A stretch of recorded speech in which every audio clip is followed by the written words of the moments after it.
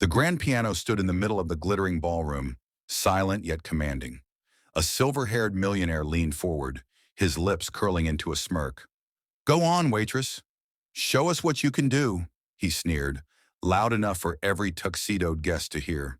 The room chuckled softly, expecting a spectacle of humiliation. But no one knew the secret hidden inside the young woman, who now placed her trembling fingers on the keys. The ballroom glowed with golden chandeliers, their light bouncing off crystal glasses and polished marble floors. At the center of this extravagant world was Richard Alcott, a man whose fortune was only matched by his arrogance. For him, wealth was not just power, it was a weapon, something to remind others of their place. And then there was Clara, dressed in a simple navy blue waitress uniform, her auburn hair tied neatly at the back.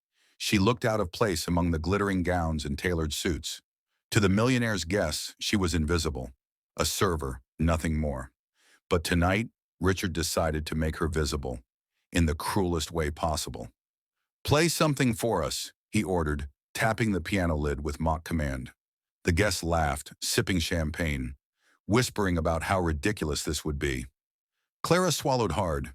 She hadn't touched a piano in years, not since her family lost their home, not since music became a luxury she could no longer afford. "Come on, don't be shy," Richard said, his voice sharp, cutting into her nerves. "You do know how to play, don't you?" Or was that just a pretty rumor? Her hands trembled as she sat on the polished bench. Dozens of eyes burned into her back. She could feel their laughter rising, waiting for her to fail. Her throat tightened, but deep inside something stronger stirred. An old flame she thought was gone. She remembered her mother's words. "Music is your truth, Clara. No one can take that from you." She inhaled slowly and placed her fingers on the keys. The first notes were hesitant, shaky, almost confirming what everyone expected. A few chuckles escaped from the crowd. But then, as if a door had been unlocked inside her, the melody grew.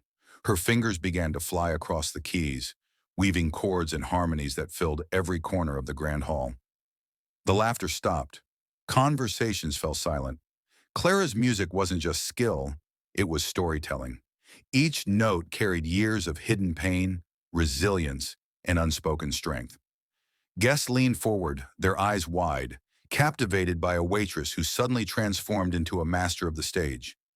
Richard's smirk faded. He shifted in his seat, trying to maintain composure, but even he couldn't ignore the rising awe in the room. The woman he had tried to humiliate now held every heart in her hands. Tears welled in the eyes of a guest sitting closest to the piano. A young couple held hands tighter, moved by the haunting melody.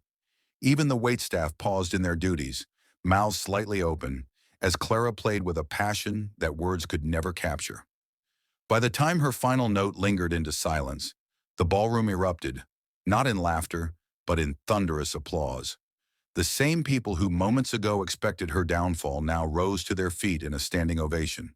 Clara sat quietly, her chest rising and falling, her face calm yet glowing with quiet triumph. Richard clapped too, though slower, his jaw tight. He tried to mask his regret behind polite applause, but everyone in the room saw it. The humiliation had shifted, and now it belonged to him. Clara stood, gave a humble bow, and walked away. Not as a waitress, but as the woman who had stolen the night. And as Richard sat back in his chair, a thought pierced through his pride. Perhaps the true measure of power wasn't wealth, but the ability to move hearts. Sometimes the quietest people carry the loudest truths. If this story touched you, subscribe and comment your country below, because greatness can come from the most unexpected places.